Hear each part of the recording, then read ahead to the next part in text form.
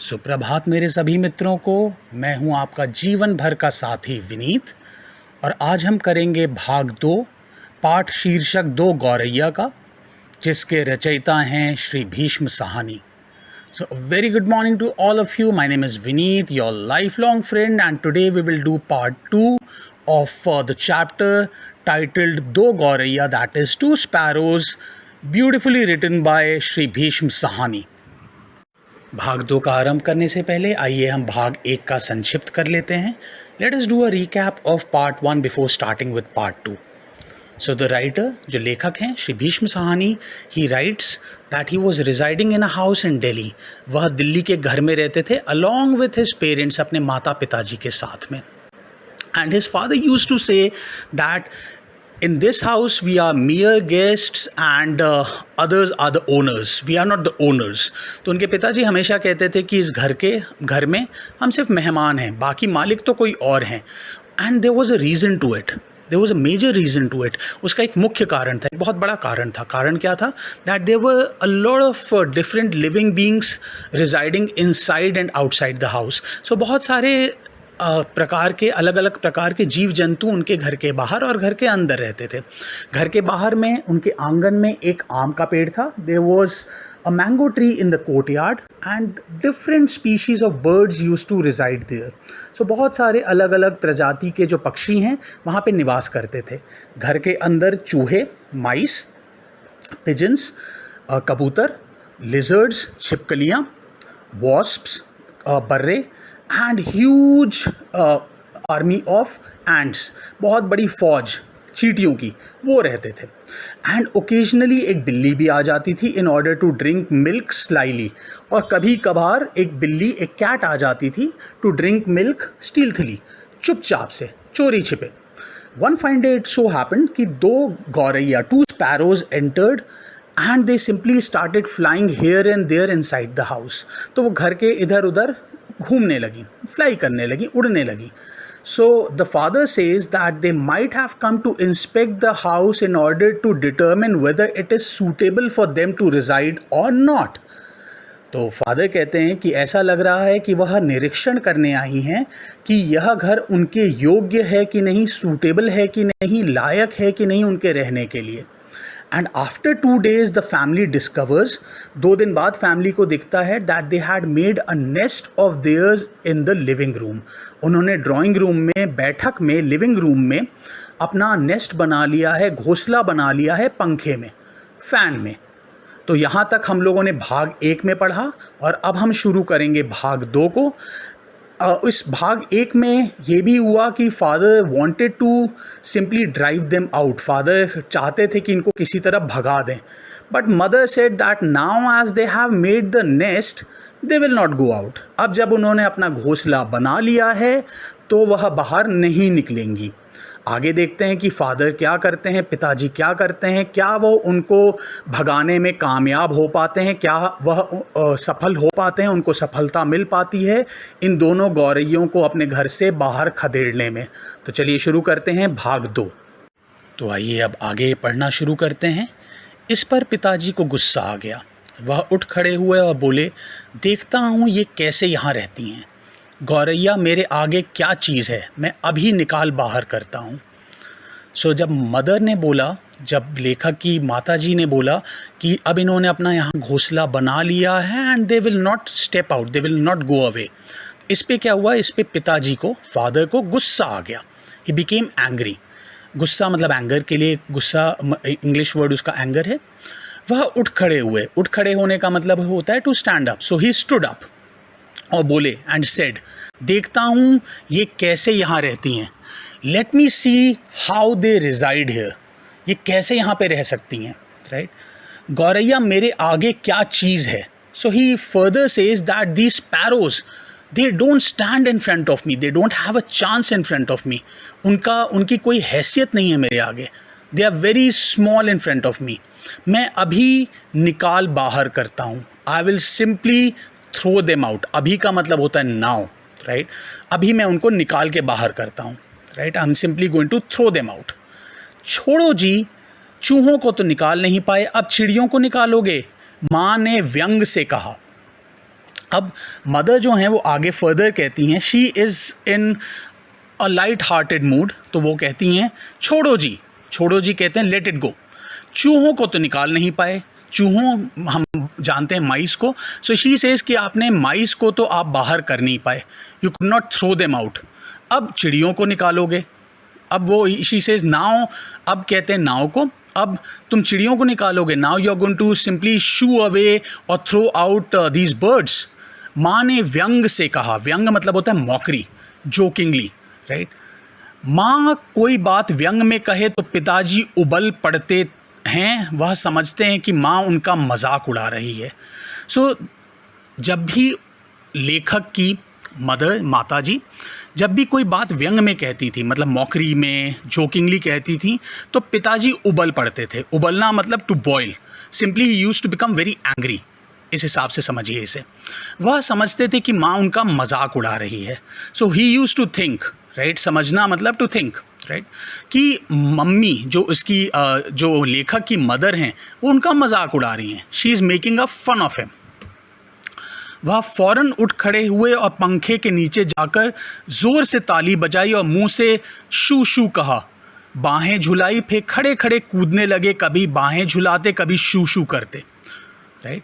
तो अब क्या हुआ कि जैसे ही अब उनको गुस्सा तो आ गया था, he was really angry, so वह फौरन उठ खड़े हुए, फौरन कहते हैं immediately, then again immediately he stood up, और पंखे के नीचे, पंखा कहते हैं फैन को, उसके जस्ट नीचे जाके, राइट, अंडर इट जाके वहाँ ज़ोर ज़ोर से उन्होंने ताली बजाना शुरू किया। ही स्टार्टेड क्लैपिंग, तेज़ तेज़ क्लैप करना शुरू किया और मुंह से श श श शू कहा, and then he started making sounds. ये सब क्यों कर रहे थे वो? सिंपली टू शू अवे और throw out these birds, that is these two sparrows. अब वो मुंह से भी साउंड निकालने लगे, फिर बाहें झुलाने लगे, बाहें झुलाना मतलब to swing the arm, right. फिर खड़े खड़े कूदने लगे, खड़े खड़े का मतलब होता है standing, he was standing in one position and then he was jumping. कूदना मतलब होता है जंप करना, और खड़े खड़े मतलब एक जगह पे ही, एक प्लेस पे ही, कभी बाहें झुलाते, कभी श शू करते, तो कभी कभी वो स्विंग कर रहे हैं आर्म, कभी साउंड्स निकाल रहे हैं, and with the sole intention कि इन बर्ड्स को मैं भगा दूँ, राइट। गौरैयों ने घोंसले में से सर निकालकर नीचे की ओर झांक कर देखा और दोनों एक साथ ची ची करने लगी और माँ खिलखिलाकर हंसने लगी। अब क्या हुआ, जो दोनों गौरैयाँ थी, टू स्पैरोज, उन्होंने अपने घोंसले में से, नेस्ट में से सर निकालकर, मतलब दे सिंपली पीप्ड आउट, ठीक है ना, थोड़ा सा झाँका बाहर की साइड नीचे, ठीक है। नीचे कौन खड़ा हुआ था? फादर खड़े हुए थे, राइट। झाँक कर देखा, झाँक के देखना मतलब पीपिंग आउट, ठीक है। और दोनों एक साथ ची ची करने लगी। So they started making a sound, क्योंकि बर्ड्स क्या करते हैं, चर्प करती हैं, ची ची बोलने लगी वो, और माँ खिलखिलाकर हंसने लगी। और जो माँ हैं, जो मदर हैं किसकी? श्री भीष्म साहनी की, right, she started laughing out loud, बहुत तेज़ तेज़ से वो हंसने लगी। पिताजी को गुस्सा आ गया, इसमें हंसने की क्या बात है? नाउ द फादर बिकेम एंग्रियर, ज़्यादा उनको गुस्सा आ गया। ही आस्क्ड, इसमें हंसने की क्या बात है? What is there to laugh, right. माँ को ऐसे मौक़ों पर हमेशा मजाक सूझता है। सो ऑन सच ओकेजन्स, मौका मतलब होता है अपॉर्चुनिटी या occasion, on such occasions mummy को जो लेखक हैं श्री भीष्म साहनी, उनकी मदर को हमेशा कोई ना कोई जोक याद आता है, राइट, या हमेशा वो जोकिंगली कुछ ना कुछ बोलती हैं, राइट, या जोक क्रैक करने के मूड में होती हैं, उस मूड में होती हैं। हंसकर बोली, चिड़िया एक दूसरे से पूछ रही हैं कि यह आदमी कौन है और नाच क्यों रहा है। So now she says that these two birds, that is these two sparrows, are asking each other, एक दूसरे से पूछना मतलब they are asking each other, यह आदमी कौन है, who is this man, और नाच क्यों रहा है, and why is he dancing, नाचना मतलब डांस होता है, राइट। तब पिताजी को और भी ज़्यादा गुस्सा आ गया और वह पहले से भी ज़्यादा ऊंचा कूदने लगे। नाउ, तब मतलब देन, राइट, पिताजी को मतलब फादर को, he became really angry, right, and then he started jumping higher and higher, ज़्यादा ऊंचा मतलब हायर, और ज़्यादा हाइट पे कूदने लग गए। गौरैया घोंसले में से निकलकर दूसरे पंखे के डेने पर जा बैठी। उन्हें पिताजी का नाचना जैसे बहुत पसंद आ रहा था। सो जो दोनों स्पैरोज़ हैं वो पंखे से निकल कर अपने घोंसले से निकलकर दूसरे पंखे के डेने पर जा बैठी। सो दूसरे पंखे का जो ब्लेड है उसके ऊपर जाके बैठ गई अपने नेस्ट में से निकल के, राइट। उन्हें पिताजी का नाचना जैसे बहुत पसंद आ रहा था। सो इट सीम्ड जो फादर उनके नाच तो नहीं रहे थे, he was not dancing but he was jumping. So but then these two birds were enjoying it thoroughly, बहुत एंजॉय कर रही थी ऐसा लग रहा था, इट सीम्ड। माँ फिर हंसने लगी, ये निकलेंगी नहीं जी, अब इन्होंने अंडे दे दिए होंगे। So again the mother started laughing and laughingly she says, ये निकलेंगी नहीं जी, now they will not go out, अब इन्होंने अंडे दे दिए होंगे, they might have laid eggs, उन्होंने अपने अंडे दे दिए होंगे, now they are going to hatch the eggs in the nest, तो अब वो निकलने वाली नहीं हैं। निकलेंगी कैसे नहीं, पिताजी बोले और बाहर से लाठी उठा लाए। So how will they not go out, इनकी हिम्मत है कि ये नहीं निकलें, पिताजी ने बोला, right, he said, that is father said, and बाहर से लाठी उठा लाए। बाहर कहते हैं आउटसाइड को, लाठी कहते हैं हैवी वुडन स्टिक या स्टाफ को, एंड उठाना मतलब to pick. So he brought a heavy wooden stick from outside. इसी बीच गौरैया फिर घोंसले में जा बैठी थी। So in the mean time, इसी बीच मतलब इन द मीन टाइम, जो गौरैया हैं, जो स्पैरोज़ हैं, वह फिर मतलब अगेन घोंसले मतलब नेस्ट में जाके they had simply settle down. उन्होंने लाठी ऊंची उठाकर पंखे के गोले को ठकोरा। उन्होंने यहाँ पे कह रहे हैं फादर के लिए, राइट, तो पिताजी के लिए। तो उन्होंने लाठी को ऊंचा उठाया, उसको हाइट पे उठाया, और जो पंखे का राउंड शेप होता है, गोला मतलब जो राउंड होता है, उसको ठकोरा मतलब उसको ठोका, उसको स्ट्राइक किया। ची ची करती गौरैया उड़कर पर्दे के डंडे पर जा बैठी। सो जो गौरैया थी, जो स्पैरोज़ थी, वो चर्पिंग करते हुए, ची ची करती हुई, may be they were afraid, right, वो उड़कर दे सिंपली फ्लू, और कहाँ जाके बैठ गई, पर्दे के डंडे पर। तो जो पर्दे का जो कर्टन्स का पाइप होता है उसके ऊपर जाके वो बैठ गई। इतनी तकलीफ़ करने की क्या ज़रूरत थी, पंखा चला देते तो ये उड़ जाती, माँ ने हंसकर कहा। सो again the mother intervened, mother ने कुछ बोला, हंसते हुए बोला, क्या बोला, इतनी तकलीफ़ करने की क्या ज़रूरत थी। ज़रूरत कहते हैं नीड को, तकलीफ़ कहते हैं पेन को। So what was the need of taking so much of pain, इतनी ज़्यादा, राइट, इतना पेन लेने की क्या ज़रूरत थी, पंखा चला देते तो ये उड़ जाती। You should have turned on the fan and they would have phloem away. अगर आप पंखा चला देते, टर्न ऑन कर देते फ़ैन को, तो ये उड़ के चली जाती, they would have phloem away. So mother ने हंस के बोला। पिताजी लाठी उठाए पर्दे के डंडे की ओर लपके। अब क्या था, पिताजी तो बहुत गुस्से में थे, he was fuming with anger. तो उन्होंने क्या हुआ, लाठी उसको हाथ में लिया और पर्दे के डंडे की ओर लपके। लपकना मतलब होता है सिंपली टू कैच, एंड यहाँ पे जंप करना, उसकी ओर जाना, ठीक है। क्यों वहाँ पे पर्दे की डंडी की ओर गए, because both the sparrows were sitting there, right. एक गौरैया उड़कर किचन के दरवाजे पर जा बैठी, दूसरी सीढ़ियों वाले दरवाजे पर। अब उसमें से एक जो स्पैरो थी वो उड़ के, राइट, बाय फ्लाइंग, वो कहाँ चली गई, किचन के डोर पे, दरवाज़ा कहते हैं डोर को, और दूसरी सीढ़ियों वाले दरवाजे पे, सीढ़ियाँ कहते हैं स्टेयर्स को। माँ फिर हंस दी। Again the mother started laughing. तुम तो बड़े समझदार हो जी, सभी दरवाजे खुले हैं और तुम गौरैया को बाहर निकाल रहे हो। So she says that you are very smart, very intelligent. किसके लिए बोल रही हैं, फादर के लिए, फादर को बोल रही हैं। So you are very smart, सभी दरवाजे खुले हैं, सभी का कहते हैं ऑल को, सभी दरवाजे खुले हैं, that is all the doors are open, और तुम गौरैया को बाहर निकाल रहे हो, and you are simply driving out the sparrows, तुम गौरैयों को बाहर खदेड़ रहे हो। जब सारे दरवाजे खुले हैं, so in case if all the doors are open, तुम एक दरवाजे से बाहर निकालोगे, दूसरे दरवाजे में से वो अंदर आ जाएंगी, they will come inside, right. एक दरवाज़ा खुला छोड़ो, बाकी दरवाजे बंद कर दो, तभी ये निकलेंगी। तो मदर ने सजेस्ट किया that keep one door open, एक दरवाज़ा, वन दरवाज़ा खुला छोड़ो, कीप इट ओपन, बाकी दरवाजे बंद कर दो, बाकी कहते हैं रिमेनिंग को। So remaining doors shall be closed, ठीक है। अब पिताजी ने मुझे झिड़क कर कहा, तू खड़ा क्या देख रहा है, जा दोनों दरवाजे बंद कर दे। सो नाउ, अब मतलब नाउ, पिताजी ने मुझे झिड़क कर कहा, झिड़क कर मतलब स्कोल्ड करके, डांट के, राइट, एंग्री मोड में, ठीक है। उन्होंने बोला तू खड़ा क्या देख रहा है, what are you looking at, what are you staring at, जा गो दोनों दरवाजे बंद कर दे, शट बोथ द डोर्स और क्लोज बोथ द डोर्स। ठीक है, मैंने भागकर दोनों दरवाजे बंद कर दिए, केवल किचन वाला दरवाज़ा खुला रहा। अब उत्तम पुरुष में है, फर्स्ट पर्सन में है, तो भीष्म साहनी जी कहते हैं मैंने भागकर दोनों दरवाजे बंद कर दिए। सो आई सिंपली रैन, भागना मतलब होता है to run, so I simply ran and closed both the doors, और एक दरवाज़ा खुला रहा, केवल, ओनली, केवल कहते हैं ओनली को, कौन सा दरवाज़ा, किचन का डोर, किचन का दरवाज़ा। तो अब दरवाज़ा एक सिर्फ खुला रह गया है। Now the father has to shoo away और किक आउट दीज स्पैरोज। तो आगे पढ़ते हैं। पिताजी ने फिर लाठी उठाई और गौरैयों पर हमला बोल दिया। सो फादर ने फिर से लाठी को पिक कर लिया, राइट, जो स्टिक है उसको पिक किया और गौरैयों पर हमला बोल दिया, स्पैरोज के ऊपर अटैक कर दिया। हमला बोलना मतलब अटैक करना। एक बार तो झूलती लाठी माँ के सिर पर लगते लगते बची। So he was swinging the heavy stick in the air.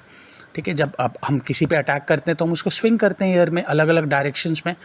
तो एक बार मतलब एक बार कहते हैं वंस को, राइट। सो एक बार ऑन वन ओकेजन जो झूलती हुई लाठी थी, जो स्विंगिंग लाठी थी, जो स्टाफ था, माँ के सिर पर, माँ के हेड पे, जो मदर हैं उनके हेड पे लगते लगते बची।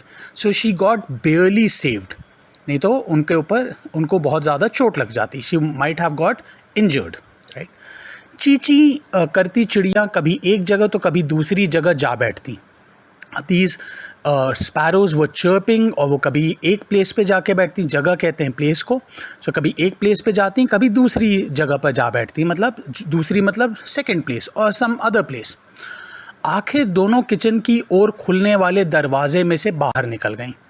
अब क्या था कि सारे दरवाजे, सारे डोर्स क्लोज थे except for the door of the kitchen. तो उस दरवाजे में से जो खुला हुआ दरवाज़ा, किचन की ओर खुलने वाला दरवाज़ा था, वहाँ से बाहर निकल गई। They simply went outside.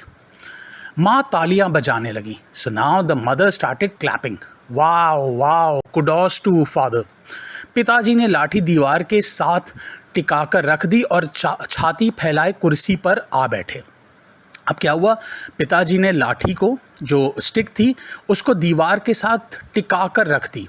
तो टिकाकर मतलब सिंपली रेस्टिंग अगेंस्ट समथिंग। तो उन्होंने क्या किया, वॉल के अगेंस्ट, दीवार कहते हैं वॉल को, उसके अगेंस्ट उस लाठी को प्लेस कर दिया, राइट। और छाती फुलाए कुर्सी पर आ बैठे। And he spread his chest.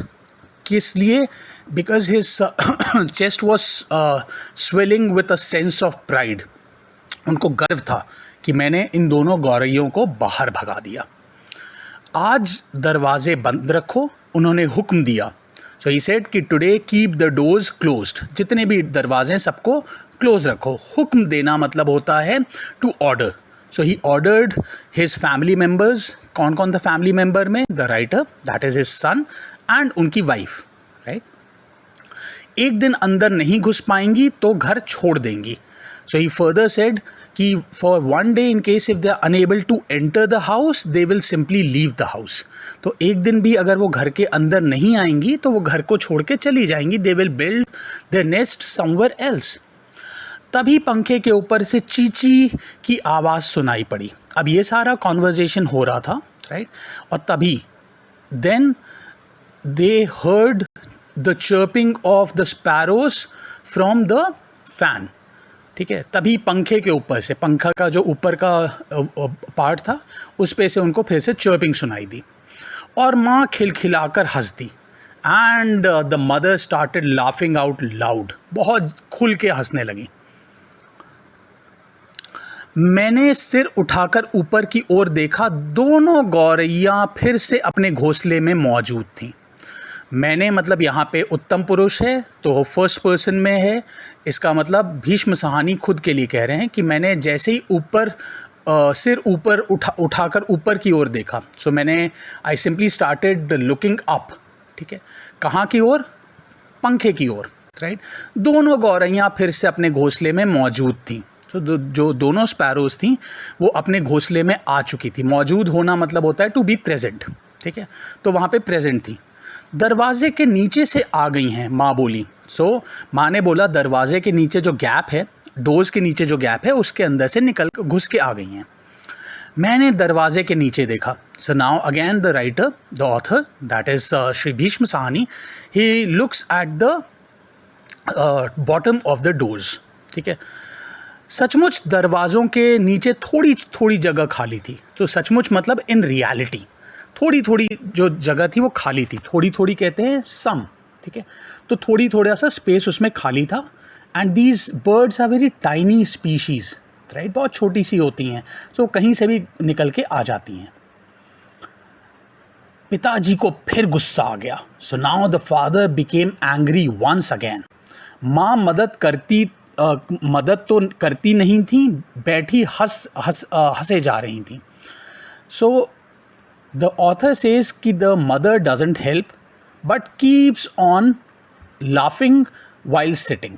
ठीक है, अब मम्मी मदद तो नहीं कर रही हैं, शी इज़ नॉट हेल्पिंग। मदद करना मतलब हेल्प करना, तो फादर को हेल्प तो नहीं कर रही हैं, बैठी हंसे जा रही थी। So she was simply sitting in the living room and she was laughing. अब तो पिताजी गौरैयों पर पिल पड़े। अब इस बार पिताजी गौरैयों पे मतलब स्पैरोज पर पिल पड़े, मतलब ही सिंपली पाउंस्ड ऑन देम, जैसे एक टाइगर पाउंस करता है, राइट, मतलब अटैक कर दिया उन्होंने, इस हिसाब से समझिए। उन्होंने दरवाज़ों के नीचे कपड़े ठूस दिए ताकि कहीं कोई छेद बचा नहीं रह जाए।